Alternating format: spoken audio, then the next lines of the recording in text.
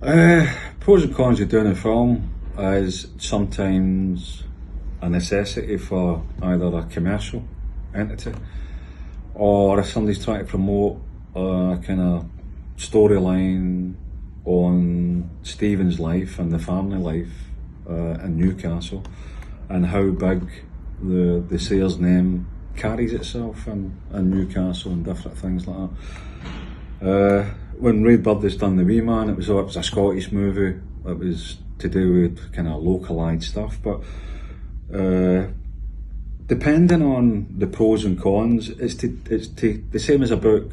There needs to be a passion for doing the book. There's a message that's got to be conveyed somewhere without the finger pointing and telling people what to do.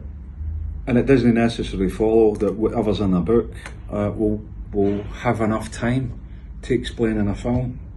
So it depends on the director's artistic element to keep the attention of the audience and the thread of the story and the continuity of that story for 120 minutes without the storyline disappearing. The benefits is it allows you to tell your story.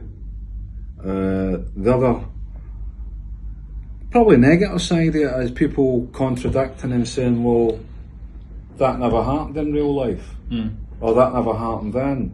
But again, it's a personal choice for a director. He's playing with 120 minutes. He needs to nail this whole story in 120 minutes, and they use artistic license. And the element that they used artistic license through the film with Ray Bird, a child actor, now a well-respected film director. It's something in which each and every individual director wants to stamp their own kind of signature, for want of a better explanation, on any production that they're doing. The benefits, you get to outline your own story. The negative part of it is the criticism. That wasn't in the book, or that wasn't true. And to be fair, the artistic license, there's never one single movie ever been made that's been totally accurate, purely because of the timescale.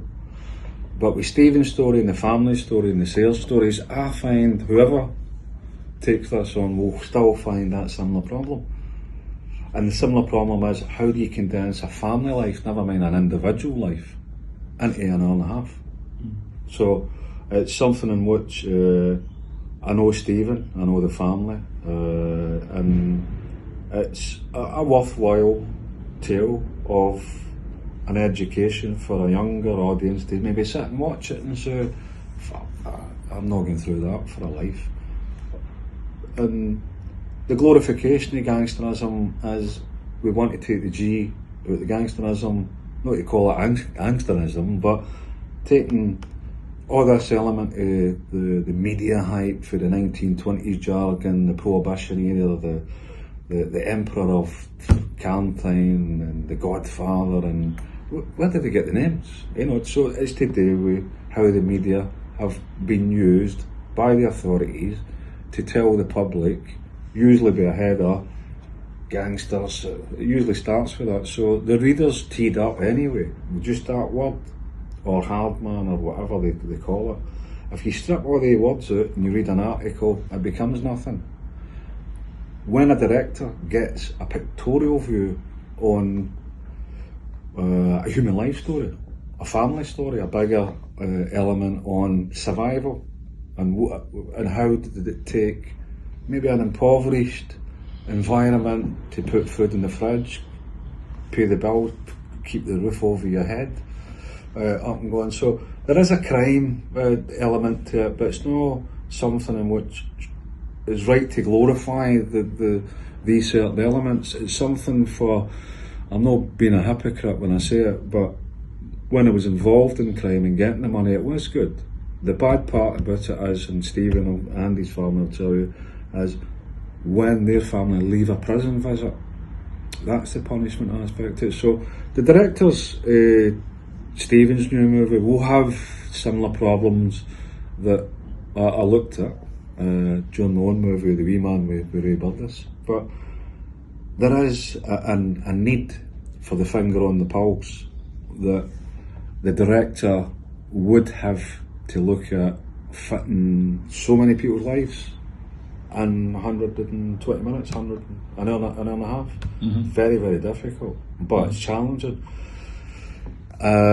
Regarding the pros and cons again, Steve, it's one of these things where if it's worthy of an attention from an audience, they'll do it. Mine was a Glasgow-based East End story that went to a national, Scottish national level, and then a UK level.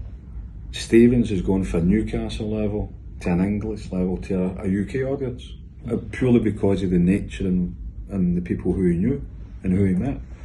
It's something in which I've seen some documentation with Stephen.